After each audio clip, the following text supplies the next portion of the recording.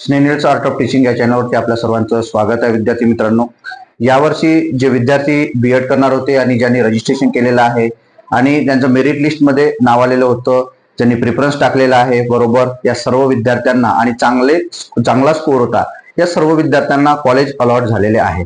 मग जे आपला ग्रुप आहे किंवा टेलिग्रामचा ग्रुप आहे, तर खूप विद्यार्थी प्रश्न विचारत आहेत की सर आता हे पुढे काय करायचं आहे, मला कॉलेज अलॉट नाही झालेला आहे, माझी मेथड चुकीची आलेली आहे.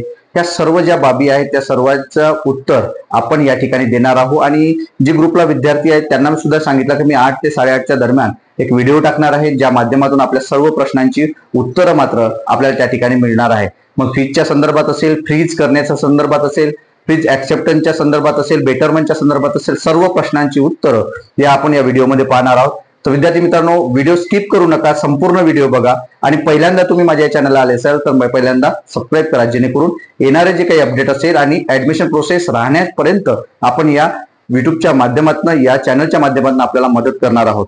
विद्यार्थी मित्रांनो, आपण ज्यांनी बरोबर माहिती भरलेली आहे, सर्वांना चांगले गुण आहेत, त्यांना कॉलेज अलॉट झालेलं आहे.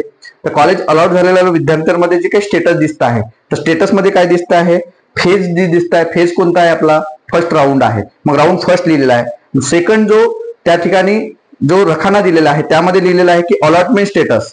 अलॉटमेंट स्टेटस म्हणजे काय, तुमच्या कॉलेजचं त्या ठिकाणी नाव दिलेलं आहे आणि तुम्हाला कोणतं कॉलेज अलॉट झालेलं आहे ते त्या ठिकाणी दिलेलं आहे. मग कॉलेज तुम्ही जे काही 10 टाकलेले होते किंवा 5 कॉलेजेस टाकलेले होते किंवा जो काही कॉलेज तुम्ही टाकलेला असाल त्यापैकी एक कॉलेज, 10 पैकी एक जो कॉलेज असेल तो तुम्हाला अलॉट झालेला असेल.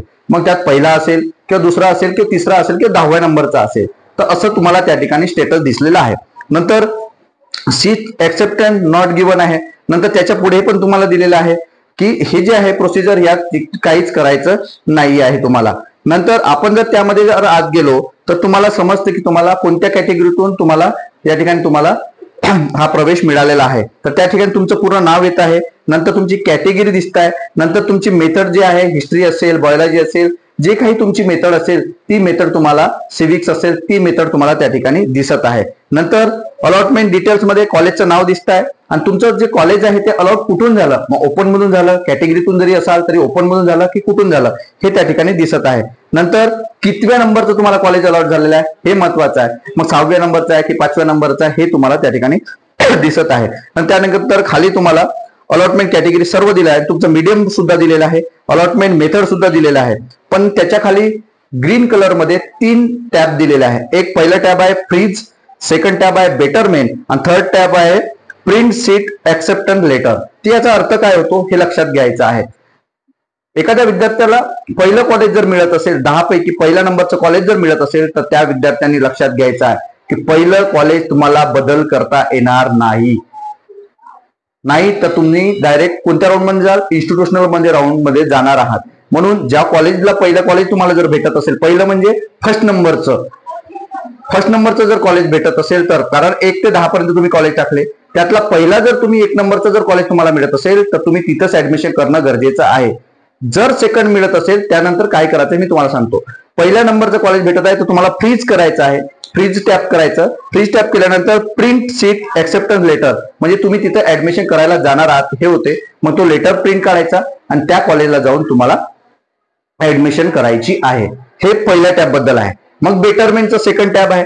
मग बेटरमेंट कोण करू शकतं, ज्या विद्यार्थ्याला पहिल्या नंबरचं कॉलेज मिळालेलं नाही, पहिल्या नंबरचं कॉलेज म्हणजे 10 कॉलेज टाकलेलं आहे पण पहिल्या नंबरचं कॉलेज मिळालेलं नाही, पण त्याला 6व्या नंबरचं कॉलेज भेटलं किंवा 7व्या नंबरचं भेटलं, तर त्या विद्यार्थ्याला पहिल्या नंबरचं कॉलेज भेटण्यासाठी त्या विद्यार्थ्याने काय करायचं, बेटरमेंट टॅबला टच करायचं आणि त्यात 1000 रुपये जी काही फीज आहे ती फीज पेड करायची आहे. फ्रीज केलं तरी 1000 रुपये भरायचे आहेत आणि बेटरमेंट केलं तरी तुम्हाला 1000 रुपये भरायचे आहेत, जे की ते पैसे जे आहेत ते कॉलेजला न जाता सीईटी सेलला जात असते.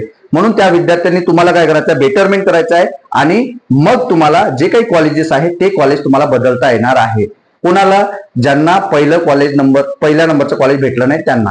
मग तुम्हाला कॉलेजचे सिक्वेन्स आहेत ते तुम्ही बदल करू शकता. हे बेटरमेंटचं आहे. आणि प्रिंट सीट ऍक्सेप्टन्स हे सुद्धा तुम्हाला सांगितलं की ज्यांना प्रवेश मिळायचा आहे त्यांनी. मग आता हे जे प्रवेश प्रक्रिया आहे, ज्यांना आज कॉलेज अलॉट झालेलं आहे, 21 तारखेला 5 नंतर हे कॉलेज अलॉट झाले, मग यांनी काय करायचं आहे, तर विद्यार्थी मित्रांनो 3 दिवस आपल्याकडे वेळ आहे. कोणता वेळ आहे 3 दिवस ऍडमिशन करण्याचा, 22, 23, 24. आणि 25 हे 4 दिवस आपल्याकडे ऍडमिशन करण्यासाठी आहेत. म्हणजे या 4 दिवसात तुम्हाला 25 तारखेच्या 5 वाजेपर्यंत तुम्हाला प्रवेश घ्यायचा आहे, ज्यांना ऍडमिशन ज्यांना अलॉट झालेलं आहे कॉलेज त्यांनी.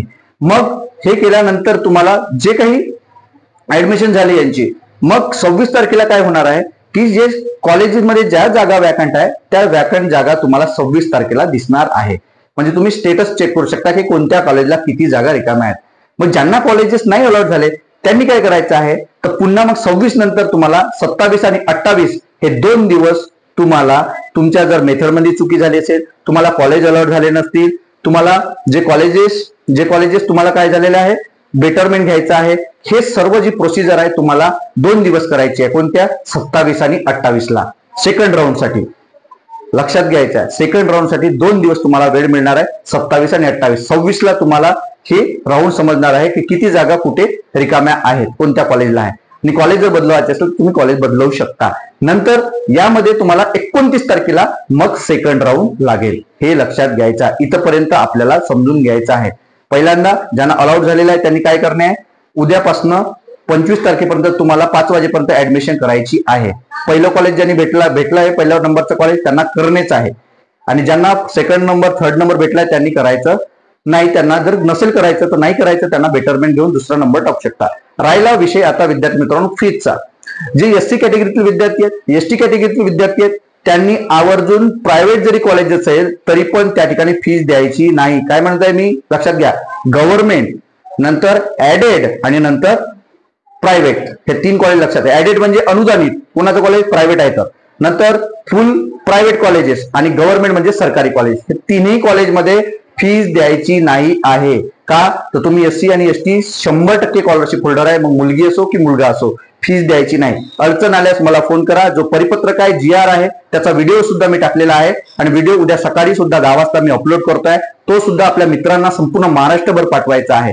मग ते ATC ऑफिसच्या अंतर्गत आणि समाज कल्याणच्या अंतर्गत येणारी परिपत्रक हे आपण आपल्याला देतो आहे. विद्यार्थी मित्रांनो, या माध्यमातून कोणीही कॉलेजला 20,000 25,000 रुपये भरायचे नाहीत, हे सुद्धा लक्षात घ्यायचं आहे. आणि जे काही इतर कम्युनिटीचे विद्यार्थी आहेत, OBC असेल, NT असेल, VJNT, यांनी फक्त 50% फीज भरायची आहे, लक्षात घ्यायचं आहे. कारण 50% तुमची फीज हे सरकार भरत असते, त्यामुळे पूर्ण फीज भरायची नाही, हे सुद्धा लक्षात घ्यायचं आहे. हे आजच्या ऍडमिशन प्रोसेसची सर्व प्रक्रिया होती. यापुढील जर काही प्रश्न असेल तर तुम्ही कमेंट बॉक्समध्ये टाका, त्याचं उत्तर मिळेल. ग्रुपला सुद्धा जॉईन व्हा आणि जे नवीन विद्यार्थी असेल त्यांनी सबस्क्राईब करा, जेणेकरून तुम्हाला संपूर्ण ऍडमिशन पर्यंत ही प्रोसिजर आपण सर्व सांगणार आहोत. आणि उद्या पुन्हा ऍडमिशन झाल्यानंतर तुम्हाला वसतिगृह कसं मिळेल याबद्दल सुद्धा मी तुम्हाला माहिती देणार आहे. विद्यार्थी मित्रांनो, ही माहिती कशी वाटली नक्की कमेंट बॉक्समध्ये कळवा आणि अशाच व्हिडिओ करता किंवा अशाच माहिती करता आपण या चॅनलला सबस्क्राईब करा. धन्यवाद.